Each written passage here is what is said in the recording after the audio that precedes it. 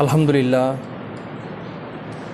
இன்னல் ஹம்தலில்லாஹி நஹ்மதுஹு நஸ்ஸைனு நஸ்தக்ஃபிருஹு அஊஸு பில்லாஹி மின் ஷுரூரி அன்ஃபுஸினா வ மின் ஸய்யிஆத்தி அமாலினா மை யஹ்திஹில்லாஹு ஃபலா முஸில்ல லஹு வ மை யுத்லில் ஃபலா ஹாதிய லஹு வ அஷ்ஹது அல்லா இலாஹா இல்லல்லாஹு வஹ்தஹு லா ஷரீக லஹு வ அஷ்ஹது அன்ன முஹம்மதன் அப்துஹு ரசூலுஹு அம்மா பஅத்.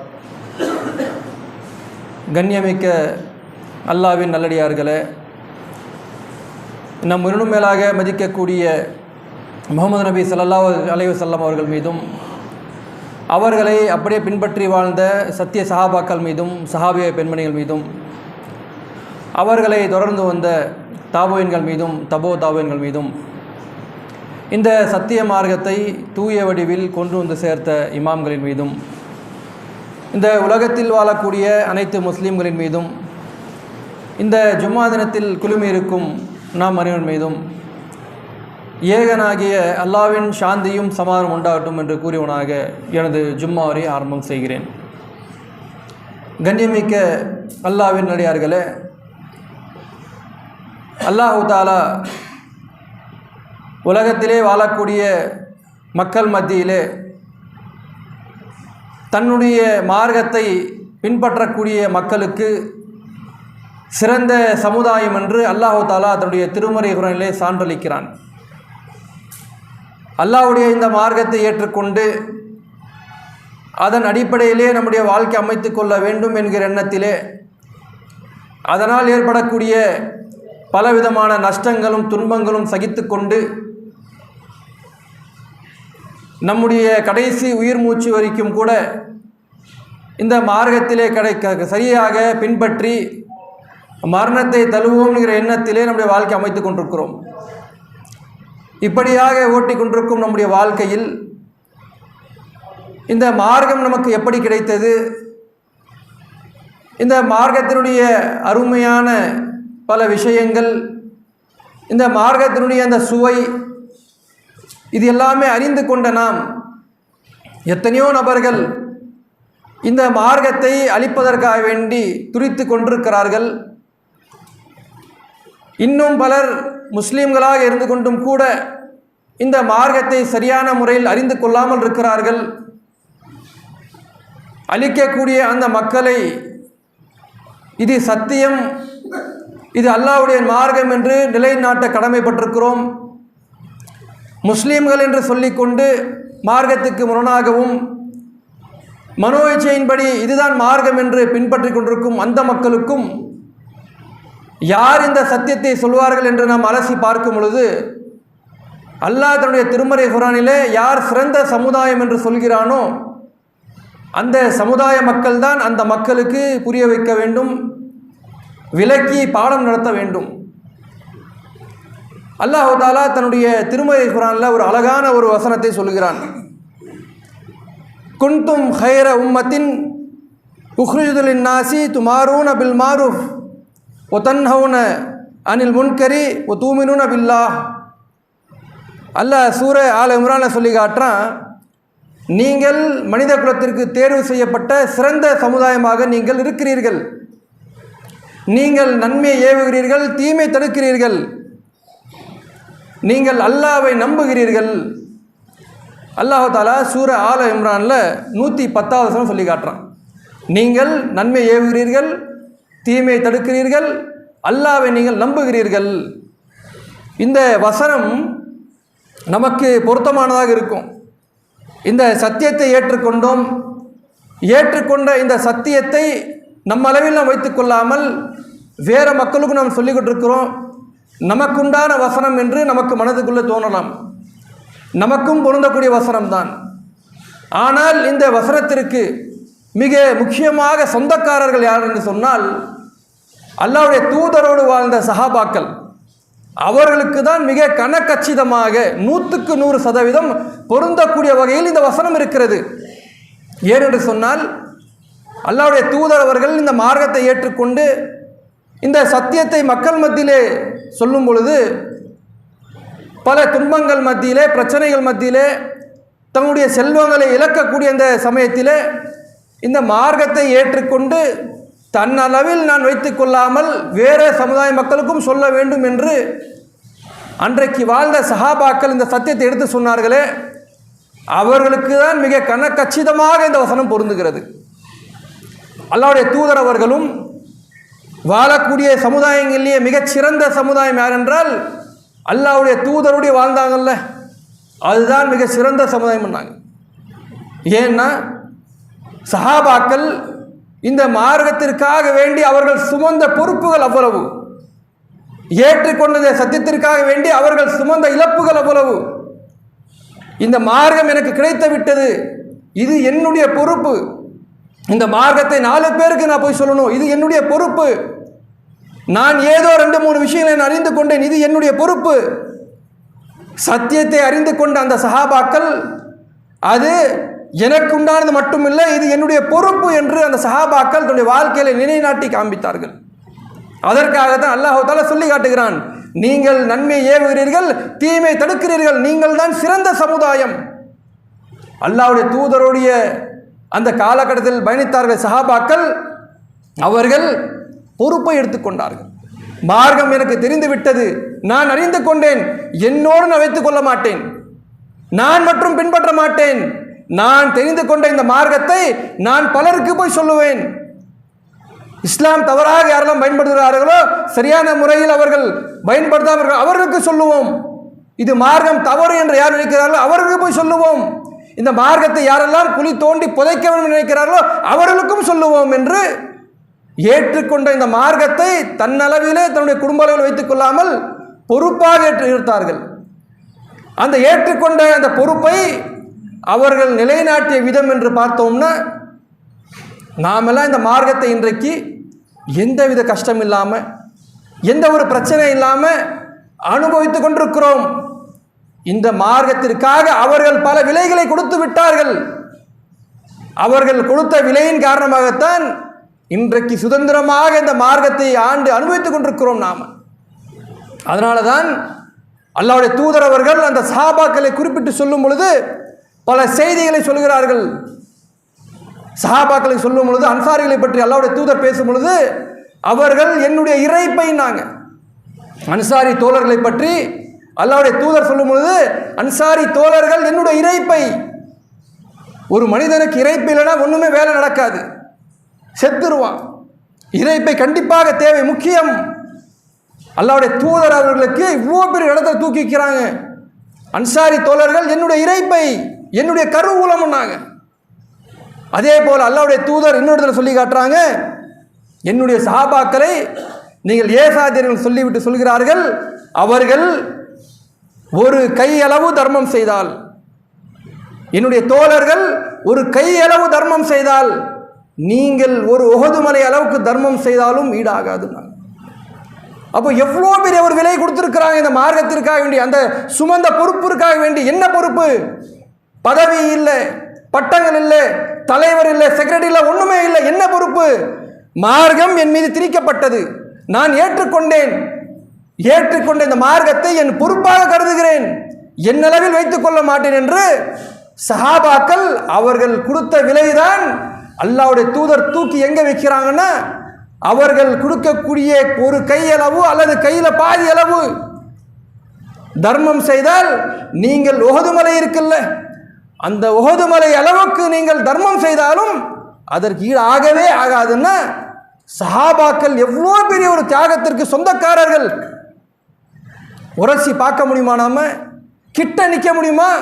அவங்க தூசிக்கு சமமாகுமா? அவர்கள் செய்த தியாகத்துடைய தூசி அதுக்கு சமமாக மாட்டோம். ஏன்? ஒரு உஹது மலை அளவுக்கு நாம் தர்மம் செய்ய முதல்ல முடியுமா? நாம அவர்கள் ஒரு கையளவு கொடுத்து விட்டால் அது சமம், நாம் கொடுப்பது சமம் கிடையாது.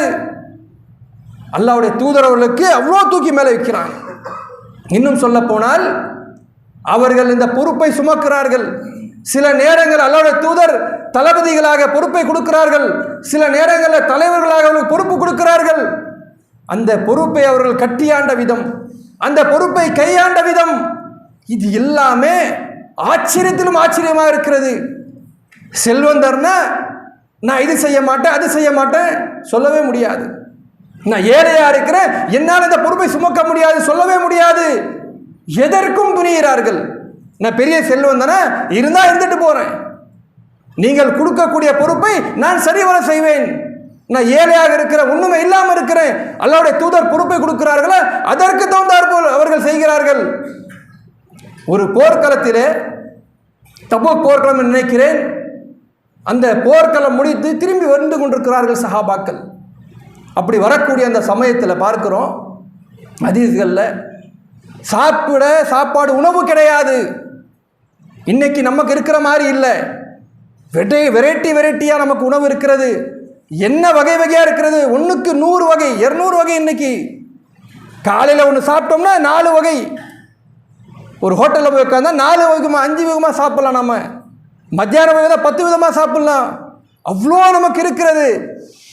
சஹாபாக்கள் தபூக் போர்க்களம் முடிந்துவிட்டு திரும்பி கொண்டிருக்கிறார்கள். சாப்பிடுவதற்கு உணவு கிடையாது. வெட்டி கிளிகளை சஹாபாக்கள் உண்டிருக்கிறார்கள். வரலாறு ஹதீஸ்களில் பார்க்கிறோம். வெட்டி கிளி, அந்த வெட்டி கிளிகளை சஹாபாக்கள் உண்டிருக்கிறார்கள். அப்போ சாப்பிட உணவு கூட இல்லாத சமயத்திலும் கூட இந்த சுமந்த பொறுப்புகள் என்ன பொறுப்பு? இந்த மார்க்கத்தை 4 பேருக்கு சொல்லணும். இந்த மார்க்கத்தை அளிக்க வரனா அவனுக்கு புரிய வைக்கணும். அதற்கு தயாராக இருந்தார்கள், விலையை கொடுத்தார்கள். பசி பட்டினி என்று வரும் பொழுது ஒன்றுமே இல்லாத சமயத்திலும் கூட கிடைக்கக்கூடிய அந்த வெட்டி கிளிகளை சாப்பிட்ட வரலாறும் சஹாபாக்களுக்கு இருக்கிறது. மிகப்பெரிய செல்வந்தர் சஹாபாக்கள் அந்த மாதிரி இருந்தாங்க.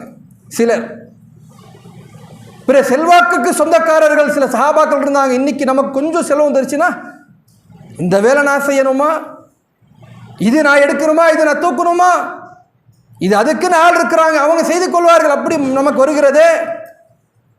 ஒரு சில தோழர்கள் மக்காவுடைய வீதிகளில் உலா வந்தாங்கன்னா, நடந்து வந்தாங்கன்னா, மக்காவில் இருக்கக்கூடிய மக்கள் அறிந்து கொள்வார்கள், இன்னார் இவர்தான் அறிந்து கொள்வார்கள் மக்கள். அந்த அளவுக்கு செல்வந்தர்கள். அவர்கள் பூசக்கூடிய நறுமணம் அந்த மாதிரி, அவர்கள் உடுத்தக்கூடிய ஆடை அந்த மாதிரி, அவ்வளோ செல்வந்தர்கள்.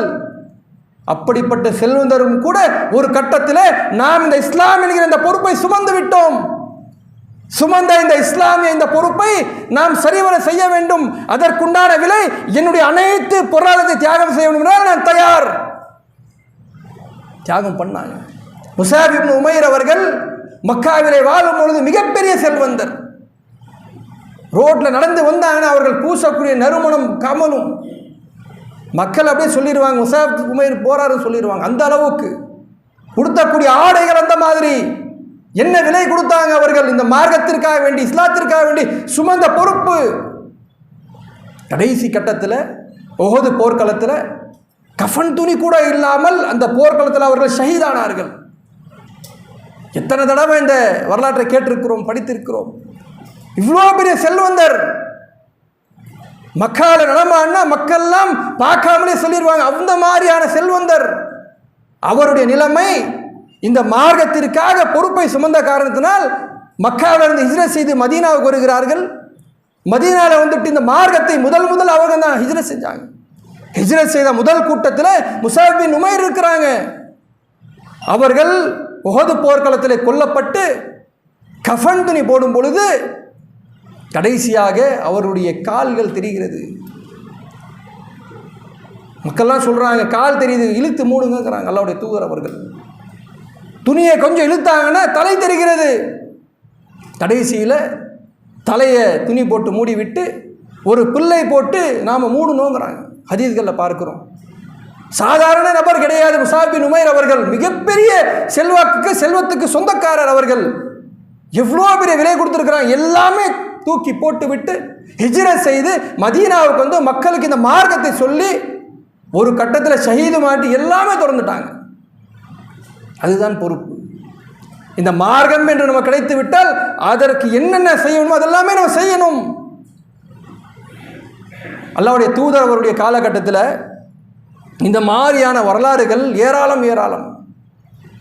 ஒரு நேரத்தில் அல்லாஹ்வுடைய தூதர் அவர்கள் ஒரு படையை பத்ரு போர் முடிஞ்சு மிகப்பெரிய ஒரு வெற்றி அடைந்து அந்த வெற்றிக்கு பின்னால் எங்கே நமக்கு மீண்டும் மதீனாவில் வந்து மக்கத்து காஃபிர்கள் நம்மளை தாக்கி விடுவார்களோ அதற்கு முன்னெச்சரிக்கையாக இருக்க வேண்டும் என்று சொல்லி எச்சரிக்கையாக வேண்டி அல்லாஹ்வுடைய தூதர் அவர்கள் ஒரு 10 பேர் கொண்ட ஒரு குழுவை மக்காவை நோக்கி அனுப்புகிறாங்க.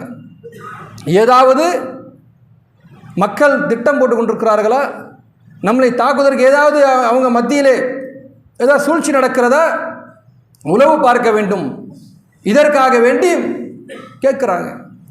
இந்த மாதிரி 10 பேர் கொண்ட குழு செல்ல வேண்டும், யார் தயாராக இருக்கிறீங்க? உடனே சஹாபாக்கள் தயார், நான் போகிறேன், நீ போகிற, போட்டி போட்டு கொண்டு வருகிறார்கள். அதில் 10 பேரை தேர்வு செய்து கொண்டு அல்லாஹ்வுடைய தூதர் அவர்கள் அனுப்புகிறாங்க. அதில் அந்த தேர்வு குழுக்கு தலைவர் ஹாசிம் பின் சாபித் என்கிற நபி தோழர் தலைமை தாங்குகிறார். 10 பேர் கொண்ட குழு செல்கிறது, மக்காவை நோக்கி செல்கிறது. அப்படி செல்லக்கூடிய அந்த சமயத்தில் ஏதோ ஒரு தகவல் மக்காவில் பரவுது. தகவல் தெரிஞ்சிடுச்சு, அல்லாஹ்வுடைய தூதர் அவர்கள் மக்காவை நோக்கி உலோபாவராக வேண்டி சில ஆட்களை அனுப்பி கொண்டிருக்கிறார்கள். தகவல் தெரியுது. தெரிஞ்ச உடனே அங்கே இருக்கக்கூடிய பனு லிஹியான் எனப்படக்கூடிய ஒரு குலத்தார், ஒரு கோத்திரத்தார் என்ன பண்ணுறாங்க, 200 பேர் அனுப்புகிறாங்க. அந்த 10 பேரை நீங்கள் பிரித்து கொண்டு வர வேண்டும் என்பதற்காக வேண்டி 200 பேர் அனுப்புகிறாங்க. அந்த 200 பேர் எப்படிப்பட்டவர்கள் என்றால், மிகச் சிறந்த வகையில் அம்பு எய்யக்கூடியவர்கள், அம்பு விடுவாங்கல்ல, அதில் கை தேர்ந்தவர்கள். 200 பேர் கொண்ட குழு இந்த 10 பேரை பார்க்கறாங்க. வருகிறது, வர்றாங்க, சுற்றி முற்றி எல்லாமே அந்த பாதையெல்லாம் தேடிக்கிட்டு இருக்கிறாங்க. இவர்கள் சாப்பிட்ட பேரிச்சம்பழம் கிடைக்கிறது. கிடைச்ச உடனே இது மதீனாவுடைய பேரிச்சம் தெரிந்து கொள்கிறார்கள். தெரிந்து விட்டு எங்கே இருக்கிறாங்க இவங்க 10 பேர் எல்லாம் தேடுறாங்க. தேடின உடனே ஒரு மலைக்கு மேலே இவங்களுக்கும் தகவல் தெரிஞ்சிச்சு, கூட்டம் சேர்ந்துட்டாங்க, ரவுண்ட் பண்ணிட்டாங்க, சுற்றி வளைச்சிட்டாங்க. அப்போ இந்த 10 பேரும் ஒரு மலை குன்றின் மேலே ஏறுகிறார்கள். ஏறின உடனே அவர்கள் சொல்கிறாங்க, நீங்கள் கீழே இறங்கி வந்துடுங்க, நாங்கள் ஒன்றுமே செய்ய மாட்டோம், கீழே வாங்கன்னு கூப்பிட்றாங்க. இவங்க வர மறுக்கிறாங்க. ஏன்னா முஷ்ரிக்கள் அவருடைய வாக்குறுதி உண்மை கிடையாது. இப்போ வர கீழே இறங்கி வருவதற்கு மறுத்த காரணத்தினால் இங்கேருந்து அம்பை விடுகிறார்கள். அதில் 7 பேர் அங்கே கொல்லப்படுகிறார்கள், ஷஹீதாகிறார்கள், 7 சஹாபாக்கள். அதில் 3 பேர் இறங்கி கீழே வருகிறார்கள். வீழ வந்தவுடனே ஒருவர் கூட வர மறுக்கிறார். அங்கே வரப்பட்டு கொள்கிறாங்க. இந்த 2 நபர்களை அழைத்து கொண்டு செல்கிறார்கள். அந்த 2 நபர்களில் ஒரு நபர் குபைப் ரலியல்லாஹு அன்ஹு அவர்கள் அழைத்து கொண்டு சென்று ஒரு சிறை கைதியாக உள்ளே வைத்திருக்கிறார்கள். வைத்துவிட்டு குறிப்பிட்ட நாட்கள் கழித்து அவரை கொல்வதற்காக வேண்டி அழைத்து கொண்டு செல்கிறார்கள். எங்கே கொண்டு போகிறாங்கன்னா, ஒரு மார்க்கெட்டுக்கு கொண்டு போகிறாங்க, சந்தை கொண்டு போகிறாங்க, விற்பதற்காக வேண்டி. அப்போ அங்கே ஒருவர் வாங்குகிறார் அவரை. உஹது போர்க்களத்தில் ஒருவர் இவருடைய தந்தையை கொல்வதற்காக வேண்டி ஒரு விலை கொடுத்து வாங்குகிறார். குபைபை வாங்கி கொண்டு கொல்வதற்காக வேண்டி செல்கிறார். அல்லாஹ்வுடைய தூதர் அனுப்பிச்சாங்க, பொறுப்பு கொடுத்துருக்கிறாங்க. எந்த பொறுப்புன்னாலும் கொஞ்சம் கூட தயங்காமல் பொறுப்பை செய்யக்கூடியவர்கள். குபைப் ரலியல்லாஹு அவர்களுக்கு தப்பிப்பதற்கு ஒரு வாய்ப்பு கிடைத்தது. அந்த வாய்ப்பு எப்படிப்பட்ட வாய்ப்புன்னா, சங்கிகளால் பிணைக்கப்பட்டு கட்டப்பட்டிருக்கிறாங்க. தன்னுடைய தேவையில்லாத முடிகளை அகற்றுவதற்காக வேண்டி ஒரு கத்தியை கேட்குறாங்க. அந்த கத்தியை கையில் இருக்கும் பொழுது யார் பிடித்து கொண்டு வந்தார்களோ அவருடைய சகோதரியுடைய மகன், சிறிய குழந்தை குபைபுடைய மடியிலே வந்து உட்காருகிறது. கத்தியை காட்டி இந்த குழந்தையை கொண்டு விடுவேன்னு சொல்லி மிரட்டி இருந்தால் தப்பிப்பதற்கு வாய்ப்பு இருக்கிறது. ஆனால் குபைப் அவர்கள் அந்த பெண்மணி, அந்த குழந்தையுடைய தாய் பார்க்கிறாங்க. நீங்கள் பதட்டப்படாதீங்க, நீங்கள் பயப்படாதீங்க, நான் ஒன்றும் இந்த பிள்ளை செய்ய மாட்டேன் என்று விட்டுவிட்டார்கள். குபைப் ரலியல்லாஹு அவர்கள் செல்கிறார்கள் அழைத்து கொண்டு. அங்கே அவர்களை கொல்வதற்கு முன்னால் உங்களுடைய கடைசி ஆசைன்னு கேட்போம்ல, அந்த மாதிரி கேட்குறாங்க. குபைப் ரலியல்லாஹு அவர்கிட்ட கேட்குறாங்க. அவர்கள் சொல்கிறார்கள், என்னுடைய கட்டை அவிழ்த்து விடுங்கள், என்னுடைய இறைவனுக்கு 2 ரக்காத் நான் தொழ வேண்டும், எனக்கு கட்டை அவிழ்த்து விடுங்கிறாங்க. அவிழ்த்து விட்டு தொழுகிறார்கள். தொழுது விட்டு குபைப் அவர்கள் சொன்ன ஒரு வார்த்தை, நான் என்னுடைய இறைவனுக்காக வேண்டிய தொழுத தொழுகை இன்னும் நீட்டி தொழுதிருப்பேன். ஏன் தொழவில்லை தெரியுமா? நான் ஒருவேளை என்னுடைய தொழுகை நீட்டி தொழுதிருந்தால் நான் மரணத்திற்காக பயந்து தொழுது கொண்டே நீங்கள் எண்ணுவீர்கள். அதனால் என்னுடைய தொழுகை நான் சுருக்கி விட்டேன் என்று சுருக்கமாக தொழுது விட்டு ஷஹீதானார்கள் குபைப் ரலியல்லாஹு அவர்கள். என்ன தேவை இருக்கிறது? அல்லாஹ்வுடைய தூதர் ஒரு உத்தரவு, ஒரு பொறுப்பு கொடுத்தாங்க. அந்த பொறுப்பிற்காக வேண்டி கடைசி விலை உயிர்தான் என்றால் அதற்கும் நான் தயார். சென்று முனாஃபிக்காக ஆகவில்லை, மக்களோடு மக்களாக கலந்து கொள்ளவில்லை, அவனுடைய மார்க்கத்தை ஏற்றுக்கொள்ளவில்லை, தன்னுடைய மார்க்கத்திலேயே உறுதியாக இருந்தார்கள். ஏன்? அல்லாஹ்வுடைய தூதர் கொடுத்த பொறுப்பு. நமக்கும் பொறுப்பு இருக்கிறது. உலகத்தில் இருக்கக்கூடிய பல பொறுப்புகள் இருக்கிறது. அந்த பொறுப்புகள் எல்லாமே நம்ம சரியாக செய்து கொண்டிருக்கிறோம். தன்னுடைய பிள்ளையா என்ன படிக்கணும், எப்படி படிக்கணும், எங்கே படிக்கணும், அந்த பொறுப்புகள் சரியாக செய்து கொண்டிருக்கிறோம். நான் என்ன சாப்பிடும், என்ன பயன்படுத்தணும், என்னுடைய தேவை என்ன, அந்த பொறுப்பு சரியாக செய்கிறோம். மனைவிக்கு என்ன தேவை, பெற்றோருக்கு என்ன தேவை, அதெல்லாம் சரியாக செய்கிறோம். இந்த மார்க்கம் என்று என் மீது இருக்கிறது, நானாக ஏற்றுக்கொண்டேனே, இந்த பொறுப்பிற்காக நான் என்ன செய்தேன்? ஏற்றுக்கொண்ட இந்த பொறுப்பை நான் மக்களில் யார்கிட்ட போய் சொன்னேன்? என்னோடய வீட்டில் சொன்னேன்னா, குடும்பத்தாருக்கு சொன்னேன்னா, தாய் தந்தைக்கு சொன்னேன்னா, யார்கிட்ட சொன்னேன்? ஒரு பொக்கிஷத்தை வாங்கி நமக்குள்ளே அடக்கி வைத்துக் கொண்டிருக்கிறோமே, அல்லது கிடைக்கக்கூடிய வாய்ப்புகளை, கிடைக்கக்கூடிய சந்தர்ப்பங்களை ஏதோ ஒரு கட்டத்தில் அல்லாஹ் பொறுப்புகளை கொடுப்பான். அந்த பொறுப்பை சரிவர நாம் செய்யணும். ஏற்றுக்கொள்ளக்கூடிய பொறுப்புகளை அல்லாஹ்விலிருந்து வரக்கூடிய பொறுப்பு. சிலர் தலைவராக இருக்கலாம், சிலர் இருக்கலாம், அது மட்டும் பொறுப்பு இல்லை. ஒவ்வொருத்தரும் பொறுப்பாளிகள். பேருக்கு தான், நிர்வாகத்துக்கு லைட்டு போயிடுச்சா, ஃபேன் போயிடுச்சா, அதுக்காக தான் பொறுப்புகள். அனைவருமே ஏற்றுக்கொண்ட மார்க்கத்திற்காக வேண்டி பொறுப்பாளிகளாக இருக்க வேண்டும். அல்லாஹ்வுடைய தூதருடைய காலகட்டத்தில் இன்னொரு மிக வரலாற்று சிறப்புமிக்க ஒரு சம்பவம். மார்க்கம் சொல்லுதுன்னா நாங்கள் தயார், பின்வாங்கவே மாட்டோம். அப்படியான நபி தோழர்கள். ஒரு பகுதியிலிருந்து ஒரு கூட்டம் வருகிறது, ஒரு முனாஃபிக் கூட்டம் வந்து அல்லாஹ்வுடைய தூதர்கிட்ட கேட்குறாங்க, அல்லாஹ்வுடைய தூதரே, எங்கள் பகுதியில் உங்களுடைய மார்க்கத்தை கேட்பதற்காக மக்கள் தயாராக இருக்கிறாங்க, அந்த மார்க்கத்தை கற்றுக் கொடுக்க வேண்டும், நீங்கள் யாரையாவது அனுப்புங்கிறாங்க.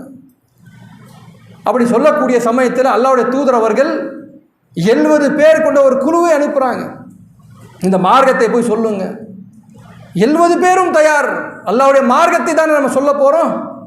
70 பேரும் தயாராக கிளம்பி போகிறாங்க. போகக்கூடிய அந்த சமயத்தில் தான் தெரிகிறது, இவர்கள் மார்க்கம் தெரிந்து கொள்வதற்காக வேண்டி அல்ல, இந்த மார்க்கத்தை குழி தோண்டி புதைக்க வேண்டும், இருக்கக்கூடிய மக்கள் எல்லாம் அழிக்க வேண்டும் என்ற திட்டத்தோடு வந்திருக்கிறார்கள். 70 பேரையும் அந்த மக்கள் முனாஃபிக்குகள் கொல்லுகிறார்கள். கொல்லக்கூடிய அந்த சமயத்தில் ஹரம் பின் மில்ஹான் என்கிற நபித்தோழர் அவர்கள் எதிராக அவர்களை சண்டை போட்டு கொண்டிருக்கிறார்கள். சண்டை போடக்கூடிய அந்த சமயத்தில் எதிரி ஒருவர் ஈட்டியால் பின்னாடி வந்து குத்துறான். ஈட்டி பாய்ந்து வெளியிலே வருகிறது.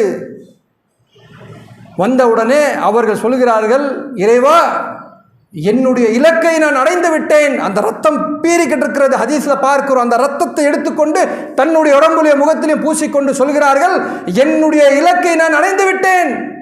என்னுடைய இலக்கு அந்த சொர்க்கம், அந்த சொர்க்கத்திற்குண்டான இலக்கை நான் அடைந்து விட்டேன். ஹரம் பின் மில்ஹான் அவர்கள் அல்லாஹ்வுடைய தூதர் ஒரு பொறுப்பை கொடுத்தார்கள், அந்த பொறுப்பிற்காக நாங்கள் வந்தோம்.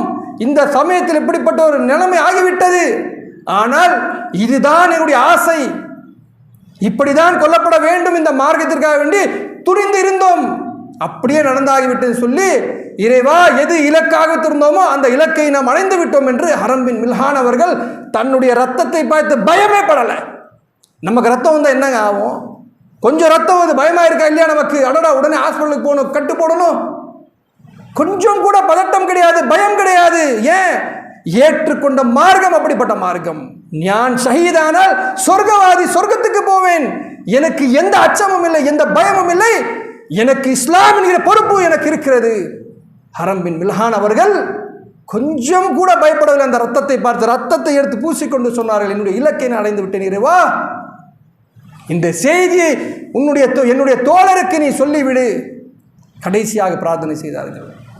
அப்போ நம்முடைய வாழ்க்கையில் இருக்கக்கூடிய ஒவ்வொரு தருணங்களும் நாம் பொறுப்பாளிகள், பொறுப்பை சுமந்திருக்கிறோம். என்ன பொறுப்பு? இஸ்லாம் என்கிற பொறுப்பு நம் மீது இருக்கிறது. அந்த பொறுப்பை ஏற்றுக்கொண்ட நாம சில நேரங்களில் தலைவர் பொறுப்பு வரலாம், செயலாளர் பொறுப்பு வரலாம், உறுப்பினராக இருக்கலாம், ஏதோ ஒன்று. ஆனால் நம்முடைய மனசில் அதுக்குன்னு 4 பேர் இருக்கிறாங்க, அதுக்குன்னு 10 பேர் இருக்கிறாங்க, அவங்க செய்து கொள்வார்கள். இது வரவே கூடாது. அல்லாஹ்வுடைய தூதர் பார்த்து கொள்ளட்டும், அவர்கள் நபி தானே என்று எந்த சஹாபாக்களும் பின்வாங்கி போகலை. அல்லாஹ்வுடைய தூதர் தானே, அல்லாஹ் உதவி செய்வான் என்று எந்த சஹாபாக்களும் பின்வாங்கவில்லை. ஒரு போர்க்களத்தை சந்தித்து வந்துவிட்டு உடனடியாக அல்லாஹ்வுடைய தூதர், மீண்டும் நீங்கள் தயாராகுங்கள், இன்னொரு போர்க்களம்னா அதுக்கும் தயார், கிளம்பி போனாங்க.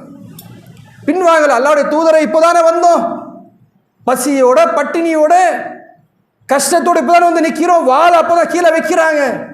உடனே கிளம்பி போக இன்னொரு போர்க்களம்னா சஹாபாக்கள் தயாராக நிற்கிறாங்க, பின்வாங்கவில்லை, மறுத்து பேசவில்லை. ஏன்? இது மார்க்கம், நாம் ஏற்றுக்கொண்டோம், நாம் பொறுப்பாளிகள். அல்லாஹ்வுடைய தூதர் மீது பொறுப்பை சாட்டிவிட்டு அவர்கள் ஒரு காலத்திலும் ஒரு கட்டத்திலும் பின்வாங்கவே கிடையாது சஹாபாக்கள். இந்த வரலாறுகள் எல்லாமே நாம் ஏதோ உணர்ச்சி பேசுவதற்கோ அல்லது உணர்ச்சி பூர்வமான பேச்சுகள் கேட்பதற்கோ கிடையாது. நம்ம அளவில் நான் என்ன பண்ண முடியும் இந்த ஏற்றுக்கொண்ட மார்க்கத்தை, அது நான் சொல்லணும். என்ன செய்திகளை சொல்ல முடியும் அது நம்ம சொல்லணும். தினந்தோறும் நம்முடைய வாழ்க்கைக்குன்னு ஒரு ரூல் போட்டு வச்சிருக்கிறோம். காலையில் இருந்தால் பிரஷில் தேய்ச்சி நைட்டு வரைக்கும் என்ன செய்யணும், என்ன சம்பாதிக்கணும், எங்கே போகணும், எங்கே வரணும், எந்த ஹாஸ்பிட்டலுக்கு போகணும், அனைத்துமே ஷெட்யூல் நம்மகிட்ட இருக்கிறது. இன்னைக்கு 2 வசனம் யார்ட்டா நான் சொல்லணுங்கிறது ஒரு திட்டம் நம்மகிட்ட இருக்கிறதா? பொறுப்பாளி தானே நம்ம? அல்லாஹ்வுடைய தூதருடைய வாழ்க்கையை பற்றி தவறாக இந்த உலகம் பேசுகிறது, தெரியாதவர்கள் பேசிக்கொண்டு அது சம்பந்தமாக நான் யார்ட்ட 4 பேர் சொல்லணும், அந்த திட்டம் இருக்கிறதா? வாரத்துக்கு ஒரு திட்டம் நம்மகிட்ட இருக்கிறதா? ஆக சஹாபாக்குடைய வாழ்க்கையில் அல்லாஹ்வுடைய தூதர் அவர்கள் கொடுக்கக்கூடிய கையளவு முகது மலை அளவுக்கு சொன்னாங்கன்னா இதுதான் அவங்களுக்கும் நமக்கும் உள்ள வித்தியாசம். இதை அறிந்து கொண்டு புரிந்து கொண்டு நம்ம வாழ்க்கையில் ஒவ்வொருவரும் பொறுப்பாளிகள். என்ன பொறுப்பாளினா, இந்த இஸ்லாம் நம்ம மீது இருக்கிறது, இந்த மார்க்கத்தை மக்கள் அளவில் எவ்வளோ சேர்க்க முடியுமோ. அல்லாஹு தாலா தன்னுடைய திருமறை குர்ஆன் சூர ஆல இம்ரானில் 133வது சொல்லி காட்டுறான். ஓ சாரி ஓ இலா மக்ஃபிரத்தன் மின் ரப்பிக்கும் ஓ ஜன்னாத்தின் அர்துஹா சமாவாத் ஒல்லர்து ஓ இதத்திலில் முத்தஹீன். அல்லாஹ் சொல்லி காட்டுறான், உங்கள் இறைவனிடம் கிடைக்கக்கூடிய மன்னிப்பிற்கும் வானங்கள் மற்றும் பூமி அளவு பரப்பளவு கொண்ட சொர்க்கத்திற்கும் நீங்கள் விரையுங்கள். இது இறைவனை அஞ்சியோருக்காக வேண்டி தயாரிக்கப்பட்டுள்ளது அல்லாஹ் சொல்லி காட்டுறான். நம்ம வாழக்கூடிய வாழ்க்கை என்பது எதற்காகனா சொர்க்கத்திற்கு செல்ல வேண்டும், அந்த இலக்கை அடைய வேண்டும், அதுதான். அப்போ உங்களுடைய இறைவன்ட்ட நீங்கள் போகும்னா அந்த மன்னிப்பு, அல்லாஹ்வுடைய மன்னிப்பு இருக்கணும், அந்த சொர்க்கத்திற்கு அடையணும். அதற்கு என்ன செய்ய வேண்டும் என்று அடுத்த வசனம் அல்லாஹ் சொல்லி காட்டுறான். அவர்கள் வறுமையிலும் செலவிலும், வறுமையாக இருக்கக்கூடிய நிலையிலும் செழிப்பாக இருக்கக்கூடிய நிலையிலும் அவர்கள் செலவிடுவார்கள். வறுமையாக இருந்தாலும் சரி, நிறைய செல்வமாக இருந்தாலும் சரி, அவர்கள் அல்லாஹ்வுடைய பாதையில் செலவிடுவார்கள் சொல்லிட்டு அடுத்தது ரொம்ப முக்கியமான ஒரு வார்த்தை அல்லாஹ் தஆலா போடுறான், அவர்கள் கோபத்தை மென்று விழுங்குவார்கள். இந்த மார்க்கத்தை ஏற்றுக்கொண்ட நமக்கு இருக்கக்கூடிய கோபம் என்பது சாதாரண கோபமே கிடையாது. அல்லாஹ் சொல்கிறான், அவர்கள் யார் இந்த மார்க்கத்தை ஏற்றுக்கொண்டவர்கள் கோபத்தை மென்று விழுங்குவார்கள். நீங்கள் பேச போகிறீங்க, யார்ட்டையும் மார்க்கத்தை சொல்கிறீங்க, தாய்கிட்ட தந்தைகிட்ட சொல்கிறீங்க, வெளி மக்கள்கிட்ட சொல்கிறீங்க, சொல்லும்போது அவர்கள் எதிர்கேள்விகள் வரும் பொழுது நம்ம மக்களுக்கு வரக்கூடிய கோபத்தை பாருங்கள். அவங்கள் தான் மார்க்கம் விளங்காமல் பேசுகிறாங்க. எவ்வளோ சமாதானமாக இருக்கணும், எவ்வளோ அமைதியாக இருக்கணும், ஆனால் நமக்கு கோபம் பீறிட்டு வருகிறது. கோபம் வரணும், எப்போ வரணும்? இதெல்லாம் போய் நான் சொல்லாமல் நான் உட்காந்துருக்கிறேனே, இதெல்லாம் செய்யாமல் அப்போ கோபம் வரலாம். தெரியாத மக்களுக்கு போய் சொல்லும்போது எதிர்க்கிறதுக்கு வரும்போது நம்ம கோபப்படுறோம்ல, அது இருக்கக்கூடாது. அவர்கள் கோபத்தை மென்று விழுங்குவார்கள், அவர்கள் மக்களை மன்னிப்பார்கள். மன்னிக்கக்கூடிய ஒரு தன்மையும் நம்மகிட்ட இருக்கணும். நமக்குள்ளே எவ்வளோ பிரச்சனைகள், எவ்வளோ சச்சரவுகள், எவ்வளோ கோபங்கள். அப்போ பொறுப்புகள் என்று இருக்கிறது நமக்கு. இந்த பொறுப்புகள் இருக்கும்போது கோபத்தை மென்று விழுங்க வேண்டும், மன்னிக்க வேண்டும், நன்மை செய்யக்கூடியவர்களை அல்லாஹ் நேசிக்கிறான் என்று அல்லாஹ் தாலா முடிக்கிறான். ஆக இந்த அல்லாஹ் தாலா சொல்லக்கூடிய அடிப்படையான இந்த விஷயங்கள் நம்மிடத்தில் இருந்தனா கண்டிப்பாக நாம் 4 பேராக இருந்தோம், 40 பேராக ஆனோம், இன்றைக்கி இவ்வளோ மக்கள் கூட்டமாக இருக்கிறோம். ஒவ்வொருத்தரும் இந்த செய்தியை மக்கள் முதலில் கொண்டு போய் சேர்க்கும்னா இன்னும் நிறைவான மக்கள் இந்த மார்க்கத்தை ஏற்றுக்கொள்வார்கள். அல்லாஹ் தாலா இந்த சத்தியத்தை அளவுக்கு அதிகமான மக்கள் கூட்டமாக வரக்கூடிய சூழ்நிலை ஏற்படுவாங்க கூறி என்னுடைய உரை விடுகிறேன். அஸ்ஸலாமு அலைக்கும் வரஹ்மத்துல்லாஹி வபரகாத்துஹு.